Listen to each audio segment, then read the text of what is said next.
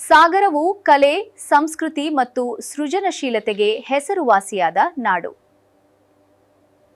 ಈ ಪರಂಪರೆಯನ್ನು ಮುಂದುವರಿಸುವ ನಿಟ್ಟಿನಲ್ಲಿ ಚರಕ ಮಹಿಳಾ ವಿವಿಧೋದ್ದೇಶ ಕೈಗಾರಿಕಾ ಸಂಘವು ಮಾರ್ಚ್ 6ರಿಂದ 8ರವರೆಗೆ 3 ದಿನಗಳ ಕಾಲ ಬ್ರಾಸಂ ಸಭಾಂಗಣದಲ್ಲಿ ತೆಂಕ್ಷು ಚರಕದ ಕೈಮಗ್ಗ, ಕೈ ಉತ್ಪನ್ನಗಳ ಪ್ರದರ್ಶನ ಮತ್ತು ಮಾರಾಟ, ಆಹಾರ ಮೇಳವನ್ನು ಆಯೋಜಿಸಿದೆ ಎಂದು ಚರಕ ಮಹಿಳಾ ವಿವಿಧೋದ್ದೇಶ ಕೈಗಾರಿಕಾ ಸಂಘದ ಮಾರಾಟ ವಿಭಾಗದ ಪದ್ಮಶ್ರೀ ತಿಳಿಸಿದರು. ಚರಕ ಸಂಸ್ಥೆಯ ಆಶ್ರಯದಲ್ಲಿ ನಡೆಯುವ ಈ ಮೇಳದಲ್ಲಿ ರಾಜ್ಯದ ವಿವಿಧ ಭಾಗಗಳಿಂದ ಪ್ರತಿನಿಧಿಗಳು ಭಾಗವಹಿಸಲಿದ್ದು ತಮ್ಮ ವಿಶಿಷ್ಟ ಕರಕುಶಲ ವಸ್ತುಗಳನ್ನು ಪ್ರದರ್ಶಿಸಲಿದ್ದಾರೆ. ಪ್ರತಿದಿನ ಬೆಳಗ್ಗೆ 10:30ರಿಂದ ರಾತ್ರಿ 8:30ರವರೆಗೆ ಸಾರ್ವಜನಿಕರಿಗೆ ಮುಕ್ತವಾಗಿರುವ ಈ ಪ್ರದರ್ಶನವು ಕೈಮಗ್ಗ ಮತ್ತು ಜವಳಿ ಇಲಾಖೆಯ ಸಹಯೋಗದೊಂದಿಗೆ ಪವಿತ್ರ ವಸ್ತ್ರ ಯೋಜನೆ ಅಡಿಯಲ್ಲಿ ಆಯೋಜಿಸಲಾಗಿದೆ. ಮೇಳದಲ್ಲಿ ಒಟ್ಟು 8 ಮಳಿಗೆಗಳಲ್ಲಿ ಚರಕ ಕೈಮಗ್ಗದ ಸಿದ್ಧ ಉಡುಪುಗಳು, ಬಟ್ಟೆಗಳು, ನೈಸರ್ಗಿಕ ಬಣ್ಣದ ಬೆಡ್ಶೀಟ್ಗಳು, ಜಮದಾನಿ ಬಟ್ಟೆಯಿಂದ ತಯಾರಿಸಿದ ಸೀರೆ, ಕುರ್ತಾ, ಶರ್ಟ್ ಹಾಗೂ ಗೃಹಾಲಂಕಾರದ ಉಡುಪುಗಳು ಲಭ್ಯವಿರುತ್ತವೆ. ಉತ್ತರ ಕರ್ನಾಟಕ ಭಾಗದ ವಿಶೇಷ ಸೀರೆಗಳು, ಗಜೇಂದ್ರಗಡದ ಸಿದ್ಧ ಉಡುಪುಗಳು, ಸಿದ್ದಾಪುರದ ಉಲ್ಲನಿಂದ ತಯಾರಿಸಿದ ಕರಕುಶಲ ವಸ್ತುಗಳು, ಶಿರಸಿಯ ಚೇತನ ಸಂಸ್ಥೆಯ ಬಾಳೆನಾರಿನ ಉತ್ಪನ್ನಗಳು, ನೈಸರ್ಗಿಕ ಸೌಂದರ್ಯವರ್ಧಕಗಳು, ಮಣ್ಣಿನಿಂದ ತಯಾರಿಸಿದ ಟೆರಾಕೋಟಾ ಆಭರಣಗಳು, ಕೈಯಿಂದ ತಯಾರಿಸಿದ ಆಭರಣಗಳು ಸೇರಿದಂತೆ ಹಲವು ವಿಧದ ವಸ್ತುಗಳು ಪ್ರದರ್ಶನ ಮತ್ತು ಮಾರಾಟಕ್ಕೆ ಲಭ್ಯವಿರುತ್ತವೆ ಎಂದು ಅವರು ಹೇಳಿದರು. ಎಲ್ರಿಗೂ ನಮಸ್ಕಾರ.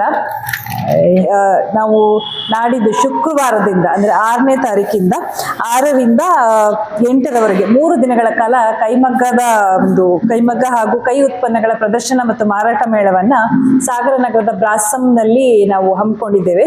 ಇದು 6ನೇ ತಾರೀಕು ಬೆಳಗ್ಗೆ 10:30ಯಿಂದ ಪ್ರಾರಂಭವಾಗಿ ರಾತ್ರಿ 8:30 ಅಂದರೆ ಪ್ರತಿದಿನನೂ 3 ದಿನನೂ ಆ ಸಮಯದಲ್ಲಿ ನಡೆಯುತ್ತೆ. ಇದಕ್ಕೆ ತಾವೆಲ್ಲರೂ ಬರಬೇಕು. ಹಾಗೆ ನಿಮ್ಮ ಪತ್ರಿಕೆಗಳ ಮೂಲಕ ಗ್ರಾಹಕರು ಬಂದು ಈ ಮೇಳವನ್ನು ಯಶಸ್ವಿ ಮಾಡಿಕೊಡ್ಬೇಕು ಅಂತ ಕೇಳ್ಕೊತಾ ಇದ್ದೀನಿ. ಹಾಗೆ ಇದರಲ್ಲಿ ಒಟ್ಟು 7ರಿಂದ 8 ಮಳಿಗೆಗಳು ಇದೆ.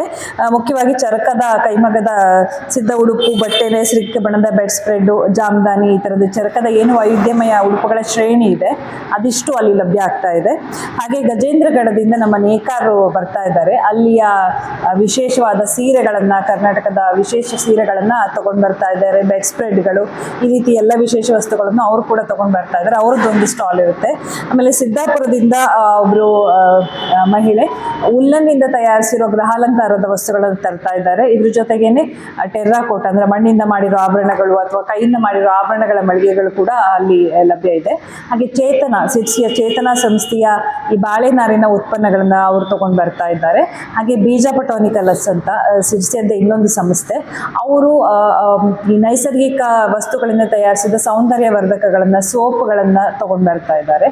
ಸೊ ಈ ರೀತಿಯಾಗಿ ಒಂದು 7ರಿಂದ 8 ಮಳಿಗೆಗಳು ಅಲ್ಲಿ ಗ್ರಾಹಕರಿಗೆ ಖರೀದಿಗೆ ಮಾಡಲಿಕ್ಕೆ ಲಭ್ಯ ಇದೆ. ಇದರೊಂದಿಗೆ ತುಂಬ ವಿಶೇಷವಾಗಿ ಸಾಗರ ಸುತ್ತಮುತ್ತಲಿನ ಮಲೆನಾಡಿನ ಸಾಂಪ್ರದಾಯಿಕ ತಿನಿಸುಗಳ ಒಂದು ಮೇಳವನ್ನು ಕೂಡ ನಾವು ಇದೇ ಸಂದರ್ಭದಲ್ಲಿ ಇಟ್ಕೊಂಡಿದ್ದೀವಿ.